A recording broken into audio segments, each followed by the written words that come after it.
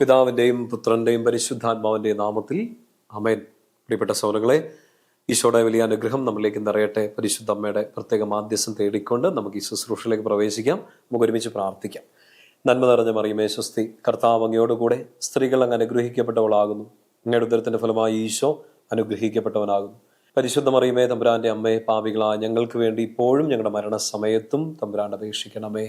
ആമേൻ. ഈശോയുടെ ഏറ്റവും പ്രിയപ്പെട്ട സഹോദരങ്ങളെ, കർത്താവിൻ്റെ വചനം കേട്ട് കർത്താവിൽ വിശ്വാസം ഉറപ്പിച്ച് നമ്മുടെ യാത്ര നമ്മൾ മുന്നോട്ട് നീങ്ങുകയാണ്. നിങ്ങളോട് ഈ വചനമൊക്കെ പറഞ്ഞു തരാനും ഈശോയുടെ സ്നേഹം നിങ്ങളുമായിട്ടൊക്കെ പങ്കുവയ്ക്കാൻ, ഈശോയുടെ വിശ്വാസം നമ്മൾ ഓരോ ദിവസം നമ്മൾ ഒരുമിച്ച് വർദ്ധിക്കാനും ഒക്കെ ആയിട്ട് കർത്താവ് എന്നെ ഉപകരണമാക്കി ഞാൻ ഈശോയ്ക്ക് മഹത്വം കൊടുക്കുന്നു. പ്രിയപ്പെട്ട സഹോദരങ്ങളെ, എപ്പോഴും ഈശോ എന്നെ ചെയ്യുന്നതെന്ന് അറിയോ? ഇങ്ങനെ ഒരു കാല് വെക്കാനുള്ള ഒരു വെട്ടം തരും. ഇങ്ങനെ അടുത്ത കാല് മുഴുവൻ വെട്ടമൊന്നും തരത്തില്ല, ഒരു കാല് വെക്കാനുള്ള വെട്ടം തരും. ചിലപ്പോൾ ഒരു വചനത്തിലൂടെ ആയിരിക്കും, ഒരു കുറച്ച് നേരം നമ്മൾ കേൾക്കുന്ന ഒരു വചന ശുശ്രൂഷകളായിരിക്കും, മറിച്ച് വായിക്കുന്ന ഒരു വചനഗ്രന്ഥത്തിലെ ഒരു താളുകളിലൂടെ ആയിരിക്കും, വചനത്തിലൂടെ ആയിരിക്കും.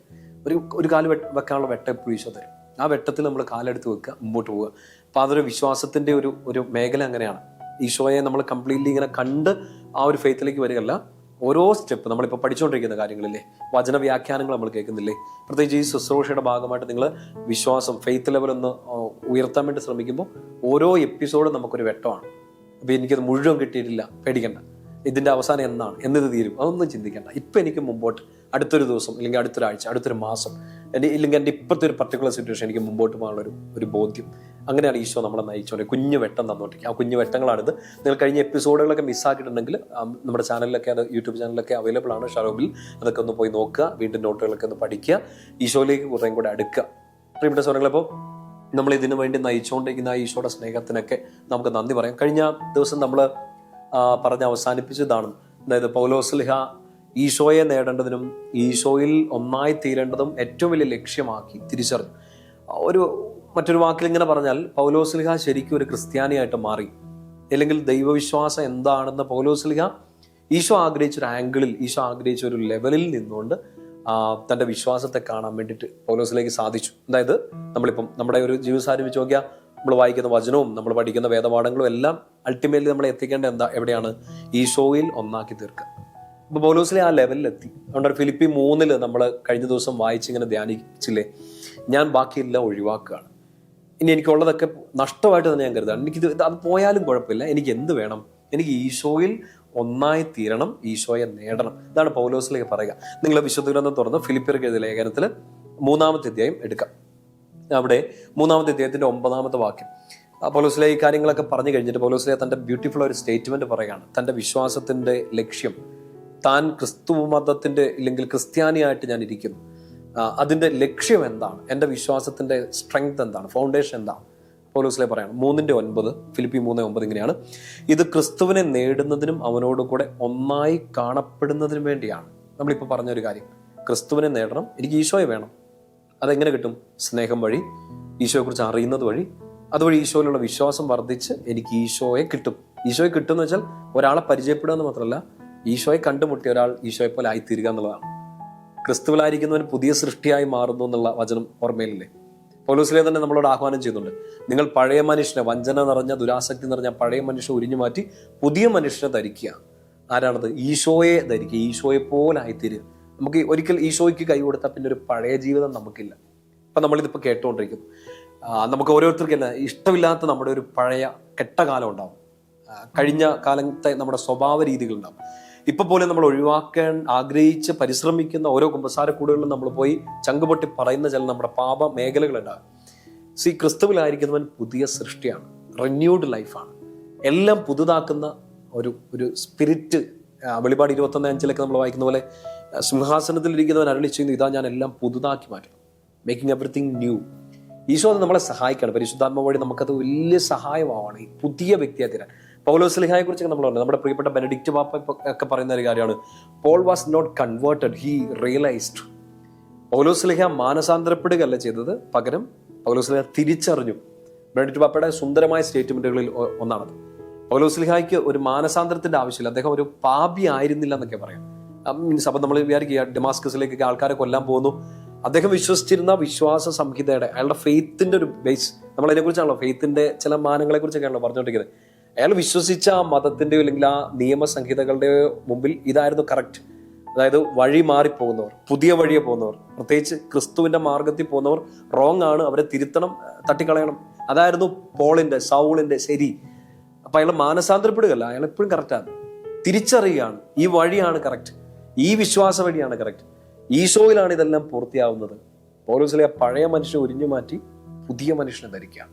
ക്രിസ്തുവിലായിരിക്കുമ്പോൾ പുതിയ വ്യക്തിയായിട്ട് മാറുകയാണ്, പുതിയ സൃഷ്ടിയായിട്ട് മാറുകയാണ്, ഒന്നുകൂടെ ജനിക്കുകയാണ്, വീണ്ടും ജനിക്കുകയാണ് പരിശുദ്ധാത്മാവൻ. യോഹന്നാന്റെ സുവിശേഷത്തിൽ നമ്മളെ വായിക്കുന്നില്ലേ, വീണ്ടും ജനിക്കുന്നില്ലെങ്കിൽ നിങ്ങൾക്ക് ഈ നിത്യരക്ഷ, നിത്യജീവൻ, സ്വർഗരാജ്യ അവകാശമാക്കാൻ പറ്റില്ല. ആത്മാവിൽ നയിക്കപ്പെടുന്ന, അങ്ങനെ ഒരു നയിക്കപ്പെടുന്ന വിശ്വാസത്തിൽ മാത്രമേ നമുക്ക് ഈശോയെ നേടാനും ഈശോയിൽ ഒന്നായി തീരാനും പറ്റുള്ളൂ. അത് പൗലോസ്ലീഹ നേടി. പരിശുദ്ധാത്മാവ് നിറഞ്ഞു നിന്നപ്പോൾ പൗലോസ്ലീഹ അത് നേടിയിട്ടാണ് ഇത് പറയുക. അടുത്ത വാക്യം ഇങ്ങനെയാണ്, ശ്രദ്ധിച്ചത് മനസ്സിലാക്കുക, എനിക്ക് നിയമത്തിൽ നിന്ന് ലഭിക്കുന്ന നീതി അല്ല ഉള്ളത്, പിന്നെയോ ക്രിസ്തുവിലുള്ള വിശ്വാസം വഴി ലഭിക്കുന്ന നീതിയാണ്.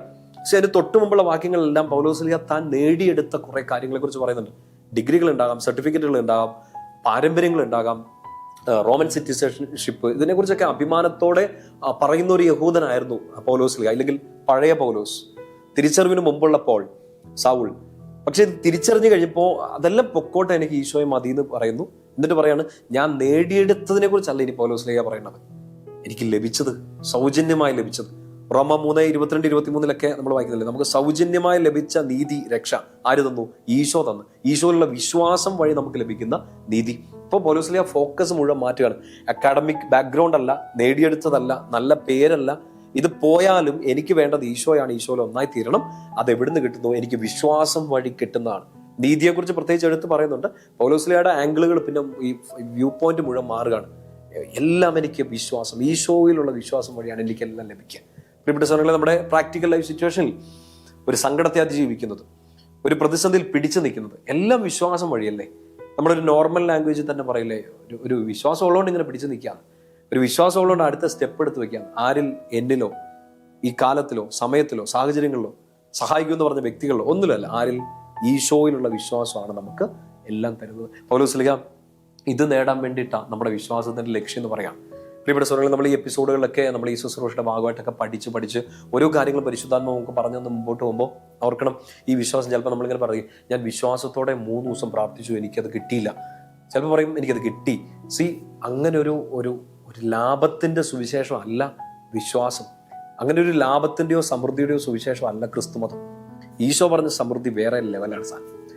അതാണ് യോഹന്നാൻ 10:10 ഇങ്ങനെ നമ്മൾ വായിക്കുക, ഞാൻ വന്നിരിക്കുന്നത് ജീവൻ ഉണ്ടാകാൻ, അത് സമൃദ്ധമായി ഉണ്ടാകാൻ. ഇപ്പൊ നമുക്ക് നമ്മുടെ കഴിഞ്ഞ കാലത്ത് പിശാചിനോടോ, കാലങ്ങളോടോ, സാഹചര്യങ്ങളോടോ, വ്യക്തികളോടോ ഒക്കെ കൈകൊടുത്ത് കള്ളൻ നമ്മുടെ ജീവിതത്തെ മോഷ്ടിച്ചു, കൊന്നു, നശിപ്പിച്ചു. പക്ഷെ ഏത് അവസ്ഥയായിക്കോട്ടെ, ക്രിസ്തുവിലായിരിക്കുന്നവൻ പുതിയ സൃഷ്ടിയാണ്. ഈശോയ്ക്ക് കൈകൊടുത്ത ഒരാൾക്ക് പിന്നെ പാസ്റ്റ് ഇല്ല. നമ്മളോട് ചോദിക്കും ചിലപ്പോൾ, നമ്മുടെ ഒരു ധ്യാനം കൂടി ഇല്ലെങ്കിൽ വചനം കേട്ട് നമ്മുടെ വിശ്വാസം നമ്മൾ കുറച്ചുകൂടെ തെളിച്ചുള്ളതാക്കി, നമ്മളൊരു പഴയ ജീവിത രീതിയൊക്കെ മാറ്റി, പാപങ്ങളൊക്കെ മാറ്റി, ചിലപ്പോൾ വീണ്ടും ആൾക്കാർ ഒന്ന് ചോദിക്കും, നീ അങ്ങനെ ആയിരുന്നില്ലേ, നീ പണ്ട് ഇങ്ങനെ ആയിരുന്നില്ലേ. നമുക്ക് ചിലപ്പോൾ അത് വേദനിക്കും. പക്ഷെ അവരോട് പറയണം, ഏത് പഴയ ഞാൻ? ഐ ഡോണ്ട്, അങ്ങനെ ഒരു വ്യക്തി എനിക്ക് അറിയില്ല. ഞാൻ ക്രിസ്തുവിലായിരിക്കുന്നവൻ, ക്രിസ്തുവിന്റെ വിശ്വാസം സ്വീകരിച്ചവൻ, ക്രിസ്തുവിനെ സ്വന്തമാക്കിയവൻ, ക്രിസ്തുവിൽ ഒന്നായി തീർന്നു ഞാനൊരു പുതിയ വ്യക്തിയാണ്. അങ്ങനെ ഒരു കഴിഞ്ഞ കാലം ഇല്ല. ക്രിസ്തുവിലായിരിക്കുന്നവൻ പുതിയ സൃഷ്ടിയാണ്. ഈശോയ്ക്ക് കൈ കൊടുത്താൽ നമുക്ക് പിന്നെ ഒരു പാസ്റ്റ് ഇല്ല. പൗലോസ്ലീഹ ആ പാസ്റ്റ് മുഴുവൻ ഒഴിവാക്കുകയാണ്. ഇനി വിശ്വാസം, ഈശോയിൽ വിശ്വാസം വളരണം, ഈശോയെ മുറുകെ പിടിക്കണം. എന്താണ് അതിന്റെ ഫസ്റ്റ് റിസൾട്ട് എന്നറിയാം? ഇപ്പം ഞാനോ നിങ്ങളോ പെട്ടെന്നൊരു ദിവസം നമുക്കിങ്ങനെ പോരാ. ചിലപ്പോൾ നമ്മൾ തീർച്ചയായിട്ടും നമ്മൾ ഒരു 95% നമ്മൾ നല്ല വഴി തന്നെ ആയിരിക്കും. പക്ഷെ ആ നല്ല വഴിയിലേക്ക് മാത്രമല്ലല്ലോ ഈശോ നമ്മൾ വിളിച്ചേക്കുന്നത്, വിശുദ്ധിയിലേക്ക് വിളിക്കുക. പൗലോസ്ലീഹ തന്നെ പിന്നീട് തെസ്സലോനിക്കക്കാർക്ക് 1-ാമത്തെ കത്തെഴുതുന്ന സമയത്ത് 4-ാമത്തെ അധ്യായത്തിൽ പറയുന്നില്ലേ, 7 മുതലുള്ള വാക്യങ്ങളൊക്കെ പറയുന്നുണ്ട്, വിശുദ്ധിയിലേക്കാണ് നിങ്ങൾ വിളിക്കപ്പെട്ടിരിക്കുന്നത്. എഫേസൂസ് ലേഖനമൊക്കെ തുടങ്ങുമ്പോൾ പൗലോസ്ലീഹ വളരെ സ്ട്രിക്റ്റ് ആയിട്ട് പറയുന്നുണ്ട്, നിങ്ങളെ വിളിച്ച ആ വിളിയുണ്ട്. പത്രോസ്ലീഹ ഇത് തന്നെ പറയും, നിങ്ങൾ വിളിച്ച വിളിയെക്കുറിച്ച് നിങ്ങൾ ശ്രദ്ധാലുക്കളാണെങ്കിൽ നിങ്ങൾ വീണു പോകില്ല. എഫേസൂസ് 2:10 പൗലോസ്ലീഹ പറയുന്നില്ലേ, നമ്മൾ ദൈവത്തിന്റെ കരവേലയാണ്, നാം ചെയ്യാൻ വേണ്ടി ദൈവം മുൻകൂട്ടി ഒരുക്കിയ സൽപ്രവർത്തികൾക്കായിട്ട് ഈശോയിൽ സൃഷ്ടിക്കപ്പെട്ടവരാണ്. പക്ഷെ ഈ വഴി നമുക്ക് തിരിച്ചറിയണമെങ്കിൽ എന്ത് വേണം? You should first believe. ആരെ? ഈശോയെ. ഈശോയിൽ ഈ വിശ്വാസം നമ്മൾ അടിയുറച്ചാലുള്ള ആദ്യത്തെ റിസൾട്ട് ലാഭത്തെക്കുറിച്ചല്ല, സമൃദ്ധിയെക്കുറിച്ചല്ല. ഇത് ഈശോ ആഗ്രഹിക്കുന്ന ഒരു സമൃദ്ധമായ ജീവിതത്തിൽ ഈശോ ആഗ്രഹിക്കുന്ന ഈശോ നമുക്ക് തരാൻ പോകുന്ന ഏറ്റവും ബെസ്റ്റ് തിങ്, ഐ ബിലീവ് എന്ന് പറയുമ്പോഴത്തേനും ഈശോ പിന്നെ കൈ അയച്ച് നമുക്ക് തരാൻ പോകുന്ന ഒരു വലിയ സമ്മാനമുണ്ട്. ലോകത്തിൽ മറ്റാർക്കും ഒന്നിനും, നമ്മൾ നേടിയെടുത്ത ഒന്നിനും തരാൻ പറ്റാത്തൊരു സംഭവം, ഒരു അനുഗ്രഹം. അത് ഈ ലേഖനത്തിൽ തന്നെ, ഫിലിപ്പിയർക്ക് ലേഖനത്തിൽ 3-ാമത്തെ 12 മുതലുള്ള വാക്യങ്ങളിൽ പൗലോസ്ലീഹ പറയുന്നുണ്ട്, ഞാൻ ഈശോയിൽ വിശ്വസിക്കുമ്പോൾ എനിക്ക് കിട്ടുന്ന മാറ്റം, അനുഗ്രഹം, സമ്മാനം എന്താണ്? 12ാമത്തെ വാക്യം ഇങ്ങനെയാണ്: ഇതെനിക്ക് കിട്ടിക്കഴിഞ്ഞെന്നോ ഞാൻ പരിപൂർണനായെന്നോ അർത്ഥമില്ല, ഇത് സ്വന്തമാക്കാൻ വേണ്ടി ഞാൻ തീവ്രമായി പരിശ്രമിക്കുകയാണ്. എന്ത് സ്വന്തമാക്കാൻ? എൻ്റെ വിശ്വാസം വളർന്ന് ഞാൻ ഈശോയിൽ ഒന്നായി തീർന്ന് ഈശോയെ സ്വന്തമാക്കണം. ഇത് സ്വന്തമാക്കാൻ വേണ്ടി ഞാൻ ശ്രമിച്ചുകൊണ്ടിരിക്കുകയാണ്. ഡെയിലി ഞാൻ ശ്രമിക്കുകയാണ്. ഇത് പൗലോസ്ലീഹയുടെ കാര്യം മാത്രമല്ല പ്രിയപ്പെട്ട സ്വരങ്ങളെ. ഒരു വിശുദ്ധ കുർബാന അർപ്പിക്കുമ്പോൾ, വചനം വായിക്കുമ്പോൾ, ധ്യാനം കൂടുമ്പോൾ, ഓരോ ദിവസവും നമ്മളിങ്ങനെ നമ്മുടെ ഈ ഗ്രാഫ് ഇങ്ങനെ മുമ്പോട്ട് പോയിക്കൊണ്ടിരിക്കല്ലേ? ആരെ നേടാൻ? ഈശോയെ നേടാൻ. ഇതുവരെ കിട്ടിയോ? ഇല്ല. കിട്ടിയെന്ന് പറഞ്ഞ് ഞാൻ ഈശോയെ പോലെ ആയി എന്ന് പറഞ്ഞൊരു ലെവൽ നമുക്കുണ്ടോ? ഇല്ല. നമ്മൾ പരമപരിശുദ്ധരായി, വിശുദ്ധനായി, വിശുദ്ധയായി എന്നൊക്കെ പറയുമ്പോഴത്തേനും മോളിൽ നിന്ന് പൗലോസ്ലീഹയും അൽഫോൻസാമയും മറ്റു വിശുദ്ധരൊക്കെ നമ്മളെ കളിയാക്കും. എവിടെ എത്തിയിട്ടില്ലെന്ന് പറയും. ആ ഒരു ഗ്രോത്താണ് എപ്പോഴും. ഇതാണ് ഒരു holiness is not a destination, it is a journey എന്ന് പറയില്ലേ. വിശുദ്ധി ഒരിക്കലും ഒരു ലക്ഷ്യമല്ല, വിശുദ്ധി ഒരു യാത്രയാണ്. നമ്മൾ ഈ യാത്ര മുമ്പോട്ട് പോയിക്കൊണ്ടിരിക്കുക, ഇങ്ങനെ ഒരു കെട്ടിക്കിടക്കാതെ പുറകോട്ട് പോവാതെ മുമ്പോട്ട് ഓരോ സ്റ്റെപ്പും നമ്മുടെ വിശുദ്ധി, വിശ്വാസം വളർന്നാൽ നമുക്ക് ഈശോ സമ്മാനമായിട്ട് തരുന്ന ഒരു കാര്യമാണ് ഈ പരിശുദ്ധി, വിശുദ്ധിയൊക്കെ. ആ വിശുദ്ധിയുടെ ഏറ്റവും വലിയ കാര്യം, അല്ലെങ്കിൽ അതിനോട് ചേർന്ന് നമുക്ക് കിട്ടുന്ന ഒരു കാര്യം പൗലോസ്ലീഹ പറയുക: ഞാനിത് സ്വന്തമാക്കാൻ ശ്രമിക്കുകയാണ്, ഇതുവരെ കിട്ടിയിട്ടില്ല, പക്ഷെ എനിക്കൊരു ഗിഫ്റ്റ് കിട്ടിയിട്ടുണ്ട്. എന്താണ് ആ വചനം? ഒന്ന് അടയാളപ്പെടുത്തിയിടുക: യേശുക്രിസ്തു എന്നെ സ്വന്തമാക്കിയിരിക്കുന്നു. I have become his beloved. ഞാൻ ഈശോയെ ഇതുവരെ നേടിയിട്ടില്ല. ചിലപ്പോൾ എനിക്ക് എൻ്റെതായ കുറവുകൾ, അല്ലെ? നമ്മളൊന്ന് ഓർത്ത് വയ്ക്ക്. ഈശോയുടെ പ്രിയപ്പെട്ട മക്കൾ, ഇന്ന് ഈ വചനം കേൾക്കുമ്പോൾ നിങ്ങൾക്ക് നിങ്ങളുടേതായ കുറവുകൾ, എനിക്ക് എൻ്റെതായ കുറവുകളുണ്ട്. ഈശോയുടെ അടുത്ത് എത്തണം, ഈശോയെ പോലെ ആവണം, പരിശുദ്ധിയിലേക്കൊക്കെ എത്തണം, വിശ്വാസം വളരണം, നല്ല വിശ്വാസികളായിട്ട് ജീവിക്കണം, അനുഗ്രഹിക്കപ്പെട്ട കർത്താവ് ആഗ്രഹിക്കുന്ന യോഹന്നാൻ 10:10 സമൃദ്ധിയിൽ ജീവിക്കണം ഒക്കെ ആഗ്രഹമുണ്ട്. പക്ഷെ നമ്മളങ്ങ് എത്തുന്നില്ല. നമ്മുടെ ആ ഒരു ഹ്യൂമൻ വീക്ക്നെസ്, നമ്മുടെ മാനുഷികമായ കുറവുകളൊക്കെ കാരണം നമ്മളിങ്ങനെ ചിലപ്പോൾ ഇങ്ങനെ കെട്ടിക്കിടക്കായിരിക്കും. ചിലപ്പോൾ ഒരു സ്റ്റെപ്പ് എടുത്ത് മുമ്പോട്ട് വെക്കാൻ പറ്റാത്തൊരവസ്ഥയായിരിക്കും. സോ അതെന്ത് തന്നെ ആയാലും മുമ്പോട്ട് വെക്കാൻ ഒരു വെട്ടം ഈശോ തരുമ്പോൾ, വിശ്വാസത്തിന്റെ ഒരു വെളിച്ചം, പിന്നെ ഈ ഒരു യാത്രാമധ്യേ അടുത്തൊരു മൈൽ സ്റ്റോണിലേക്ക്, അടുത്തൊരു പോസ്റ്റിൽ ഒരു ബൾബ് കത്തുന്നുണ്ട് വിശ്വാസത്തിന്റെ. ഈശോ തരുന്ന വെട്ടാണ്. അതിൽ മുമ്പോട്ട് കാലെടുത്ത് വെക്കാൻ തയ്യാറാകുന്നവർക്ക് മാത്രമാണ് ഈ ഗിഫ്റ്റ് കിട്ടുക. എന്ത്? നീ യേശുക്രിസ്തുവിന്റെ സ്വന്തമായിട്ട് മാറും. അഡ്രസ്സ് മാറുകയാണ്, ഐഡന്റിറ്റി മാറുകയാണ്. വിശ്വാസം വർദ്ധിക്കും തോറും നമ്മുടെ ഐഡന്റിറ്റി മാറും. ബാക്കി ഇപ്പം ലോകത്തിന്റെ മുമ്പിൽ ഒന്നും ആയിരിക്കില്ല. നമ്മളെ പാട്ടിലൊക്കെ പാടുന്നില്ലേ? ലോകത്തിന് മുമ്പിൽ ഞാൻ വിലയില്ലാത്തൊരു എളിയവനാവുകയും ദൈവമേ നിൻ മുമ്പിൽ ഏഴയാം ഞാൻ ഒട്ടും കുറവായി പോകില്ലേ. ഇല്ല, അങ്ങനെ ഒരു വാക്കുകളിലൊക്കെ ഉള്ള പാട്ടുണ്ട്. ഞാൻ ഒട്ടും ചെറുതായി പോകില്ലേ. അങ്ങനെ നമ്മുടെ ആ പാട്ടിന്റെ വരികൾ ഓർക്കാൻ വേണ്ടിയിട്ടല്ല, അല്ലെങ്കിൽ അത് ഓർത്ത് വീണ്ടും പാടുകയല്ല, പാടിക്കോ നിങ്ങൾ. പക്ഷേ ഇതൊന്നും ഓർത്ത് വയ്ക്കുക, നമുക്ക് ലോകം തരുന്ന അഡ്രസ്സുകളില്ലേ, ലോകം തരുന്ന അപ്രീസിയേഷൻസ് ഇല്ലേ, ഇതൊക്കെ മാറും. ഇന്ന് നല്ലത് പറഞ്ഞ് നാളെ തിരുത്തി പറയും. ഇന്ന് ചേർത്ത് പിടിച്ചൊരു നാളെ തെറ്റിദ്ധരിക്കും. ഇന്ന് ഞാൻ നീ ഒന്നാണ്, ഒറ്റയാണെന്ന് പറഞ്ഞൊരു നാളെ അവർ തന്നെ ചിലപ്പോൾ ഒറ്റപ്പെടുത്തും. ലൈഫ് ഇങ്ങനെ മാറിക്കൊണ്ടിരിക്കും. പക്ഷെ അപ്പോഴും ക്രിസ്തുവിൽ അടിസ്ഥാനമിട്ട ഒരാൾ, ക്രിസ്തുവിൽ വേരൂന്നിയ ഒരാൾ, അയാൾക്കുള്ള അഡ്രസ് നീ യേശു ക്രിസ്തുവിന്റെ സ്വന്തമാണ്. നാളെ നിന്നെ ജീവിത പങ്കാളി സംശയിച്ചേക്കാം, നാളെ പ്രിയപ്പെട്ട ജീവിത പങ്കാളി തള്ളി പറഞ്ഞേക്കാം, നാളെ വളർത്തി വലുതാക്കിയ മക്കള് തിരിഞ്ഞു നിന്നേക്കാം. നിങ്ങൾക്ക് ഏറ്റവും വിശ്വസിക്കാൻ പറ്റും നിങ്ങളുടെ മാതാപിതാക്കൾ ചിലപ്പോൾ നിങ്ങൾക്ക് ഒരു സങ്കടമായിട്ട് മാറിയേക്കാം. ഏറ്റവും ബെസ്റ്റ് ഫ്രണ്ട് ഏറ്റവും വേസ്റ്റ് എനിമിയായിട്ട് മാറിയേക്കാം. ചങ്കോട് ചേർത്ത് പിടിച്ച ഒരാൾ ചങ്കിടിച്ച് പിടിഞ്ഞേക്കാം. ഹൃദയത്തിൽ ഇടം കൊടുത്ത ഒരാൾ ഹൃദയത്തിൽ ആഴത്തിൽ മുറിവ് തന്ന് തിരിയാം. എനിക്ക് ആരുമില്ലെന്ന് ഓർത്ത് ചിലപ്പോൾ നിങ്ങൾക്ക് നെഞ്ചത്തടിച്ച് കരയേണ്ട ദിവസങ്ങൾ വന്നേക്കാം. But you don't forget this identity. ഭാര്യ പോയാലും ഭർത്താവ് പോയാലും മക്കൾ പോയാലും പ്രിയപ്പെട്ടവർ പോയാലും ഗുരുക്കന്മാർ പോയാലും ആര് പോയാലും വെളിച്ചം തരാൻ ഒരാളില്ലാത്തപ്പോഴും ഈ സൂര്യൻ അവിടെ തന്നെ ഉണ്ട്. ഈശോ വിശ്വസിക്കുന്ന നിനക്ക് തരുന്ന അഡ്രസ്സാണ് യോ മൈ ബിലവഡ്. നീ എൻ്റെ സ്വന്തമാണ്, നിന്നെ എനിക്ക് വേണം എന്ന് പറയുന്നത്. യെശയ്യാ പ്രവാചകനിലൊക്കെ നമ്മുടെ നെഞ്ചത്തിങ്ങനെ എഴുതി വെച്ചിരിക്കുന്ന വചനമില്ലേ, നീ എനിക്ക് ഏറ്റവും പ്രിയങ്കരനാണ്, ബഹുമാന്യനാണ്, വിലയുള്ളവനാണ്. ഇതൊക്കെ ഒരാൾക്ക് തിരിച്ചറിയാൻ പറ്റുന്ന എപ്പോഴാണെന്നറിയോ? വിശ്വാസം. ഐ ബിലീവ് ഈശോയെ ഞാൻ ഒന്നും കാണുന്നില്ല, സഹായത്തിന്റെ ഒരു കരം എൻ്റെ മേൽ നീളുന്നില്ല, എൻ്റെ കാലെടുത്തിനി എങ്ങോട്ട് വെക്കുന്നത് പടുകുഴിയാണോ ഒന്നും അറിയില്ല, ബട്ട് ഐ ബിലീവ് യു. ഞാൻ നിന്നിൽ വിശ്വസിക്കുന്നു. പ്രിയപ്പെട്ട സഹോദരങ്ങളെ, ബിലീവ് ദിസ്. ഞാൻ ഈശോയിൽ വിശ്വസിക്കുന്നു എന്ന് പറയുന്ന ഒരാൾക്ക് കിട്ടുന്ന ഏറ്റവും വലിയ ഐഡന്റിറ്റി, നീ ഈശോയുടെ സ്വന്തമായിട്ട് മാറുകയാണ്. മറ്റ് അഡ്രസ്സുകൾ പോകും, മറ്റ് ഐഡന്റിറ്റി, സ്റ്റാറ്റസ് എല്ലാം പോകും, തിരുത്തി പറയും. നമുക്ക് തന്നെ നമ്മളുടെ വില നഷ്ടപ്പെട്ടു പോകുന്ന സമയങ്ങൾ വരും. പക്ഷെ ഈശോ തന്ന ഈ ഐഡന്റിറ്റി മാറില്ല.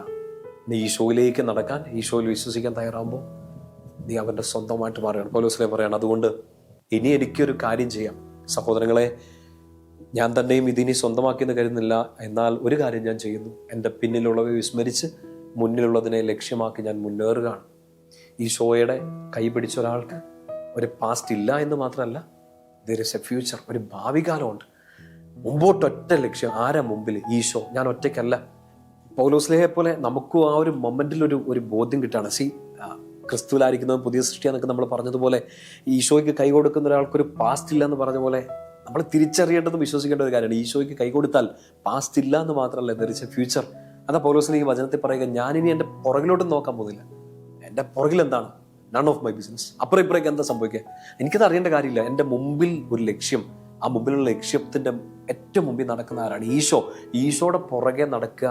ആ വഴിയെ, ദ വേ, ആ വഴിയെ വിശ്വസിച്ച് സ്നേഹിച്ച് ആ ബന്ധം സ്ഥാപിച്ച് നടക്കുക എന്നുള്ളതാണ് എൻ്റെ ഇനിയുള്ള ലക്ഷ്യം. ക്ലിയറാണ്. മുമ്പിൽ ഒരാൾ പോകുന്നുണ്ട്. നമ്മൾ പറയാം ഏശയ്യാ 52:12 നമ്മൾ വായിക്കുന്നില്ലേ, നിങ്ങൾ തിടുക്കം കൂട്ടണ്ട. മറ്റൊരു സാഹചര്യത്തിലാണ് പ്രവാചകനിലൂടെ കർത്താവ് ഇത് പറയുക. പക്ഷെ ആ വചനം ഇതിനോടൊന്ന് ചേർത്ത് വായിക്കണം. നിങ്ങൾ തിടുക്കം കൂട്ടണ്ട, ബഹളം കൂട്ടണ്ട, ശാന്തമായിട്ടിരിക്കും. കർത്താവ് നിങ്ങളുടെ മുമ്പേ നടക്കാം. അവിടെ നിങ്ങളുടെ പിൻകാവൽ ഉണ്ടാകും. മുമ്പിലും പുറകിലും കർത്താവ് കാവൽ നിൽക്കുന്നു.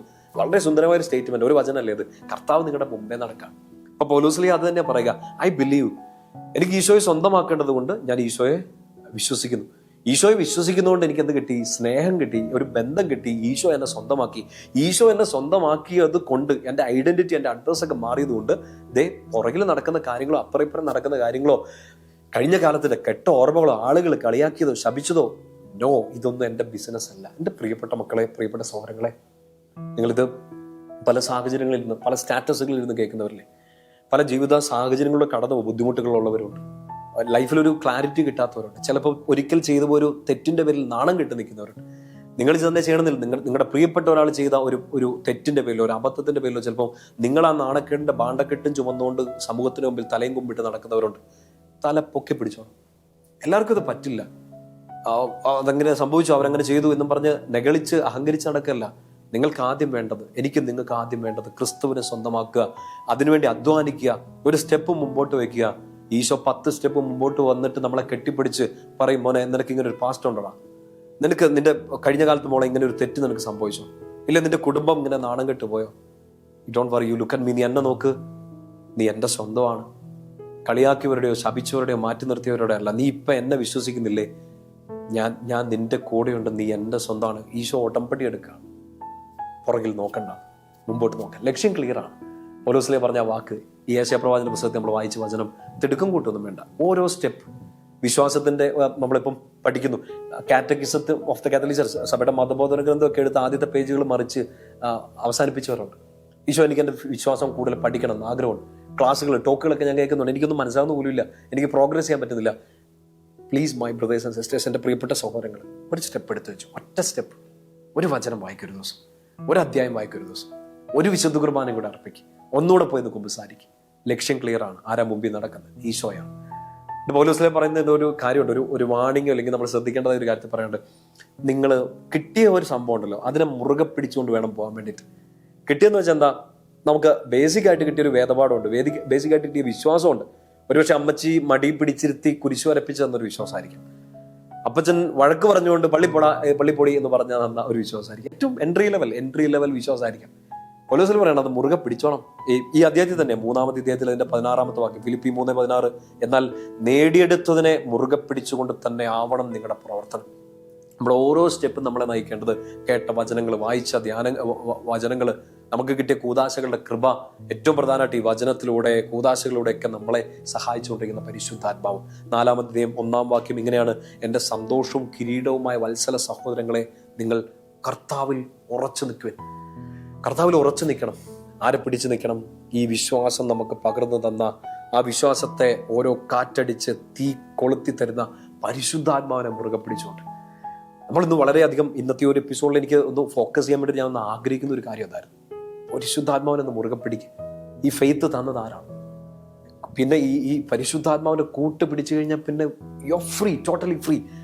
യോഹന്നാൻ 3-ന്റെ ആദ്യത്തെ വാക്യങ്ങളൊക്കെ വായിച്ചു നോക്ക്. 6 മുതലുള്ള വാക്യങ്ങളൊക്കെ നമ്മൾ ക്രിസ്തുവിലായിരിക്കുന്ന പുതിയ സൃഷ്ടി എന്ന് പറയുന്ന പോലെ ഈ പുതിയ സൃഷ്ടിയാക്കി മാറ്റുന്ന ആരാണ്? നമ്മളെ പുതിയ വ്യക്തി. മാമോദീസായ്ക്ക് മുമ്പുള്ള ഒരു കുഞ്ഞിനെ മാമോദീസായ്ക്ക് ശേഷം ദൈവത്തിന്റെ മകനാക്കി മാറ്റുന്ന ആരാണ്? പരിശുദ്ധാത്മാവിന്റെ ആവാസമാണ്. ആ വ്യക്തിയെ കൃപാവരദാനങ്ങൾ കൊണ്ട് സ്ഥിരപ്പെടുത്തുന്നവരാണ്. സ്ഥൈര്യലേപനം എന്ന കൂദാശ വഴി പരിശുദ്ധാത്മാവാണ്. ആ കുഞ്ഞിന് പാപബോധവും പശ്ചാത്താപവും കൊടുക്കുന്നവരാണ് പരിശുദ്ധാത്മാവാണ്. അപ്പത്തിന്റെ മേലും വീഞ്ഞിന്റെ മേലും ഇറങ്ങി വന്ന പരിശുദ്ധാത്മാവും കൂടിയാണ് വിശുദ്ധ കുർബാനയിൽ നമ്മൾ സ്വീകരിക്കുക. രോഗിലേപനത്തിൽ സൗഖ്യത്തിന്റെ തൈലം നമ്മുടെ മേൽ പൂശപ്പെടുമ്പോൾ പരിശുദ്ധാത്മാവിന്റെ അടയാളമായ സാന്നിധ്യമായ തൈലം കൊണ്ടാണ് പൂശപ്പെടുക. തിരുപ്പട്ടം സ്വീകരിക്കുന്ന ഒരു വ്യക്തിയിലേക്ക് പരിശുദ്ധാത്മാവ് ഇറങ്ങി വന്നിട്ടാണ് ആ വ്യക്തിയെ സഭാ ശുശ്രൂഷയ്ക്ക് വേണ്ടി പ്രത്യേകമായിട്ട് മാറ്റിവെക്കുക. വിവാഹം എന്ന കൂദാശയിൽ നിങ്ങളുടെ ആ സ്നേഹത്തെ ഐക്യപ്പെടുത്തുന്ന ആ സ്നേഹം ആരാണ്? പരിശുദ്ധാത്മാവാണ്. സോ പരിശുദ്ധാത്മാവിനെ കൂട്ടുപിടിച്ചാൽ മാത്രമേ നമ്മുടെ വിശ്വാസം വളരുള്ളൂ. പരിശുദ്ധാത്മാവിനെ മുറുകെ പിടിച്ചിട്ട് വേണം വിശ്വാസം മുന്നോട്ട് നീങ്ങാൻ. എന്താ പൗലോസ് പറയുക?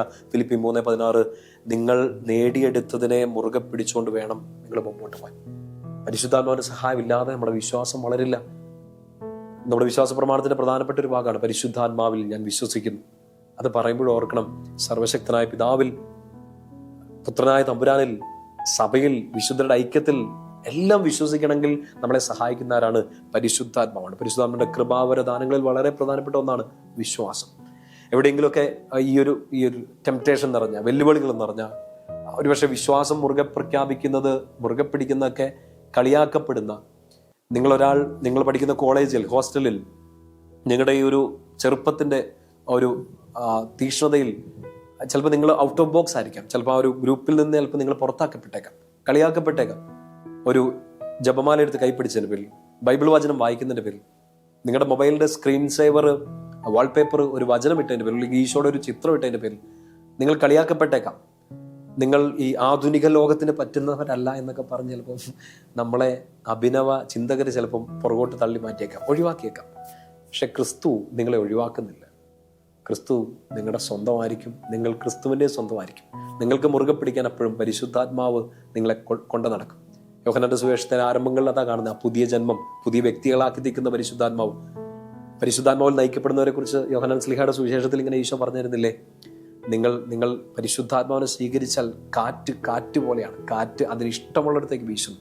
അതെവിടെ നിന്ന് വരുന്നോ എവിടേക്ക് പോകുന്നോ നിങ്ങൾ അറിയുന്നില്ല. ഇതുപോലെയാണ് ആത്മാവിൽ ജനിച്ച, ആത്മാവാൽ നയിക്കപ്പെടുന്ന ഓരോ വ്യക്തികൾ. നമുക്ക് ആ ഒരു ലക്ഷ്യമാണ്, പരിശുദ്ധാത്മാവെ എന്നെ നയിക്കണമേ. എൻ്റെ വിശ്വാസം കുറഞ്ഞു പോകുമ്പോൾ, എൻ്റെ കുടുംബത്തിലൊരു പ്രാർത്ഥന കുറഞ്ഞു പോകുമ്പോൾ, എനിക്ക് പഴയതുപോലെ വചനം വായിക്കാൻ പറ്റാത്തപ്പോൾ, എനിക്ക് പഴയതുപോലെ ഒരു നന്മ പ്രവൃത്തി ചെയ്യാൻ പറ്റാത്തപ്പോൾ, വിശുദ്ധിയിൽ ജീവിക്കാൻ പറ്റാത്തപ്പോൾ, എനിക്കുള്ള ഏറ്റവും വലിയ സഹായം ആര്? പരിശുദ്ധാത്മാവ്. അതുകൊണ്ട് യോഹന്നാൻ ശ്ലീഹയുടെ സുവിശേഷത്തിൽ തന്നെ ഈശോ പറയുന്നില്ലേ 14-ാം അധ്യായത്തിൽ, പരിശുദ്ധാത്മാവ് വരും, ഞാൻ മറ്റൊരു സഹായകനെ അയക്കും. മറ്റൊരു സഹായകനെ എന്നൊക്കെ പറയുമ്പോഴത്തേനും ഓർക്കണം, you have already A helper. നിങ്ങൾക്കൊരു സഹായകനുണ്ട്, നിങ്ങൾക്ക് എല്ലാ കാര്യങ്ങളും ചെയ്തു തരാൻ ഞാനിവിടെ ഉണ്ട്. മറ്റൊരു സഹായകൻ ആരാ? പരിശുദ്ധാത്മാവ് വന്നു കഴിയുമ്പോൾ നിങ്ങൾ സത്യത്തിന്റെ പൂർണ്ണതയിലേക്ക്, 14-ാം അധ്യായം 16-ാമത്തെ അധ്യായത്തിലൊക്കെ നമ്മൾ കാണുന്നുണ്ട്, നിങ്ങൾ സത്യത്തിന്റെ പൂർണ്ണതയിലേക്ക്. ആര്? ഈശോയാണ് സത്യം. ഈശോയെക്കുറിച്ച് കൂടുതൽ അറിയാൻ, സ്നേഹിക്കാൻ, നമ്മുടെ ഈ ഒരു ശുശ്രൂഷയുടെ ലക്ഷ്യം തന്നെ അതല്ലേ? ഈശോയെ കൂടുതൽ അറിയുക, സ്നേഹിക്കുക, വിശ്വാസത്തിൽ വളരുക, ഈശോയുടെ സ്വന്തമായി തീരുക. ആര് സഹായിക്കും? സത്യത്തിന്റെ പൂർണ്ണതയിലേക്ക്, ഈശോയെ കംപ്ലീറ്റ് ആയിട്ട് മനസ്സിലാക്കാൻ, ഈശോയെ ട്രസ്റ്റ് ചെയ്യാൻ, ഈശോയെ മുറുകെ പിടിക്കാൻ, ഈശോയെ സ്നേഹിക്കാൻ, ബന്ധം വളർത്താൻ നമ്മളെ സഹായിക്കുന്ന ആരാണ്? മറ്റൊരു സഹായകൻ. ആര്? Another advocate, paraclete. പരിശുദ്ധാത്മാവ് സഹായിക്കും. 14-ാമത്തെ അധ്യായത്തിൽ 26-ാമത്തെ വാക്യത്തിലൊക്കെ ഈശോ ഇങ്ങനെ പറയുന്നുണ്ട്, യോഹന്നാൻ 14:26, സത്യാത്മാവ് വന്നു കഴിയുമ്പോൾ, പരിശുദ്ധാത്മാവ് വന്നു കഴിയുമ്പോൾ സത്യത്തിന്റെ പൂർണ്ണതയിലേക്ക് നയിക്കുക എന്നുള്ളത് മാത്രമല്ല, 26-ാം വാക്യം 14-26, എന്നാൽ എൻ്റെ നാമത്തിൽ പിതാവ് അയക്കുന്ന സഹായകനായ പരിശുദ്ധാത്മാവ് എല്ലാ കാര്യങ്ങളും നിങ്ങളെ പഠിപ്പിക്കുകയും ഞാൻ നിങ്ങളോട് പറഞ്ഞിട്ടുള്ളതെല്ലാം നിങ്ങളെ അനുസ്മരിപ്പിക്കുകയും ചെയ്യും. ഇതാണ് നമ്മുടെ ബിഗ്ഗസ്റ്റ് ഗിഫ്റ്റ്. ഈശോ പറഞ്ഞ കാര്യങ്ങളൊക്കെ ഓർമ്മിപ്പിക്കും. വചനം നമ്മളെ ഓർമ്മിപ്പിക്കും. വചനം അനുസരിച്ച് ജീവിക്കാൻ നമ്മളെ സഹായിക്കും. ഓരോ വചനങ്ങളൊക്കെ നമ്മൾ വായിക്കുമ്പോൾ നമ്മൾ ചിലപ്പോൾ ഞെട്ടും, കർത്താവ് എനിക്ക് ഇങ്ങനെ ഒരു വിശ്വാസം ഇല്ലല്ലോ, എൻ്റെ വീട്ടിൽ ഇങ്ങനെ നടക്കുന്നില്ലല്ലോ, എൻ്റെ കൂട്ടായ്മയിൽ ഇങ്ങനെ നടക്കുന്നില്ലല്ലോ, എനിക്ക് പേഴ്സണൽ ലൈഫിൽ ഇങ്ങനെ അത്ര വിശ്വാസമോ സ്നേഹമോ വിശുദ്ധിയോ ഒന്നും ഇല്ലല്ലോ.